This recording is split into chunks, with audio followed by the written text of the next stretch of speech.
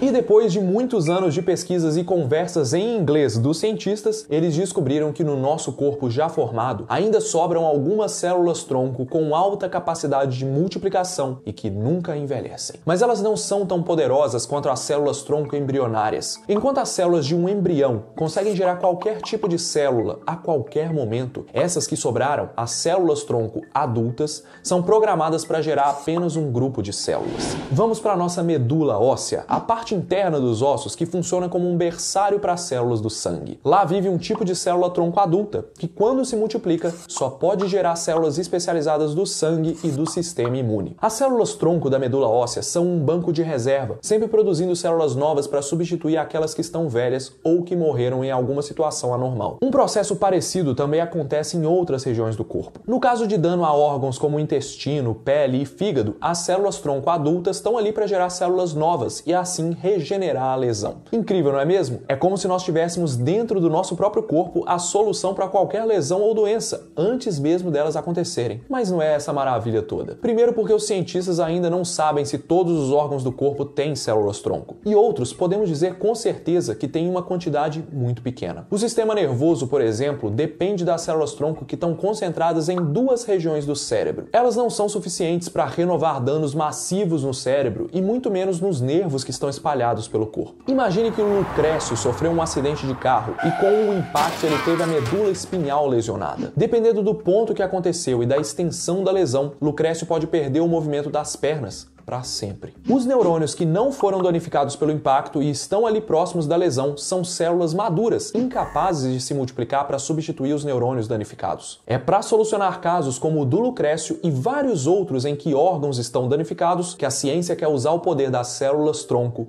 a nosso favor.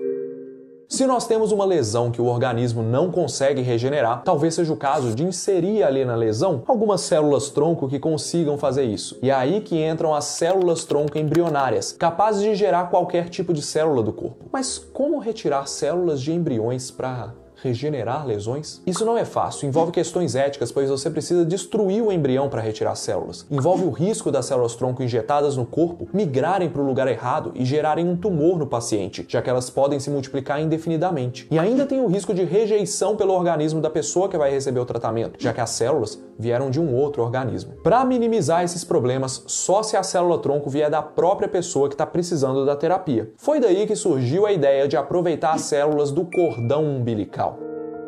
O cordão umbilical concentra uma grande quantidade de células-tronco, o que indica um potencial de regenerar vários órgãos do corpo. Para usar esse potencial, bastaria congelar essas células logo que o bebê nascesse, para o caso de uma necessidade no futuro. Mas na prática não é bem assim. O problema é que a maior parte das células-tronco do cordão umbilical são células do sangue, idênticas àquelas que nós temos na medula óssea, com a vantagem de que elas estão em uma quantidade 10 vezes maior. Ou seja, apesar delas serem úteis em casos específicos, como em substituição ao transplante de medula óssea, o uso dessas células é limitado, já que elas não são capazes de gerar qualquer tipo de célula, como as células-tronco embrionárias. Células-tronco do cordão umbilical não são a solução para todos os problemas. Será que então células-tronco não passam de um delírio, uma solução milagrosa para um problema complexo demais? Bom, todas as esperanças foram renovadas em 2006, graças a um estudo que revolucionou a pesquisa sobre células-tronco para sempre.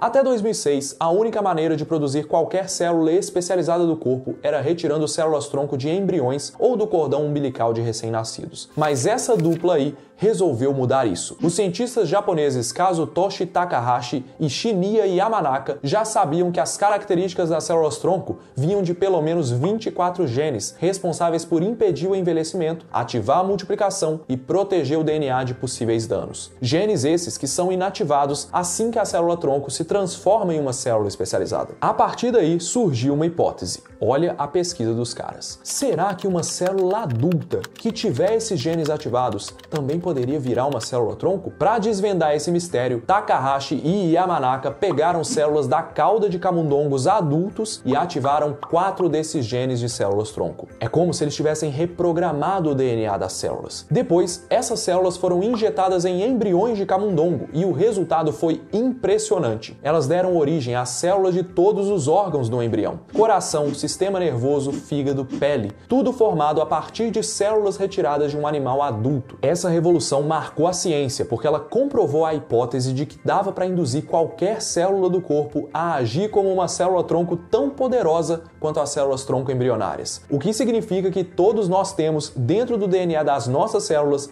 um enorme potencial inexplorado. Fantástico, não é mesmo? Deixa o seu like aqui se você também fica impressionado com a beleza da ciência. Foi a partir desse estudo que nasceu mais um tipo de células-tronco, chamadas de células-tronco induzidas. Uma ferramenta que os cientistas jamais imaginariam que fosse possível e que por isso rendeu até um prêmio Nobel em 2012 para o líder da pesquisa, o Dr. Yamanaka. Pela primeira vez, os cientistas perceberam que seria possível fazer células-tronco sob medida para tratar doenças crônicas, usando as próprias células saudáveis de cada pessoa. É usar o organismo para curar ele mesmo. E é uma ideia tão promissora que existem cientistas do mundo todo trabalhando nisso agora. Um grupo de cientistas americanos, por exemplo, está estudando uma maneira de curar o diabetes, o que ainda não dá para fazer com os tratamentos disponíveis. Uma das causas do diabetes é a morte das células do pâncreas responsáveis por produzir insulina. E se nós pegássemos células da pele desses pacientes, reprogramássemos elas para que se tornem células-tronco e depois gerem células produtoras de insulina que serão transplantadas no pâncreas? Parece ficção científica, mas isso já foi feito com sucesso em camundongos diabéticos,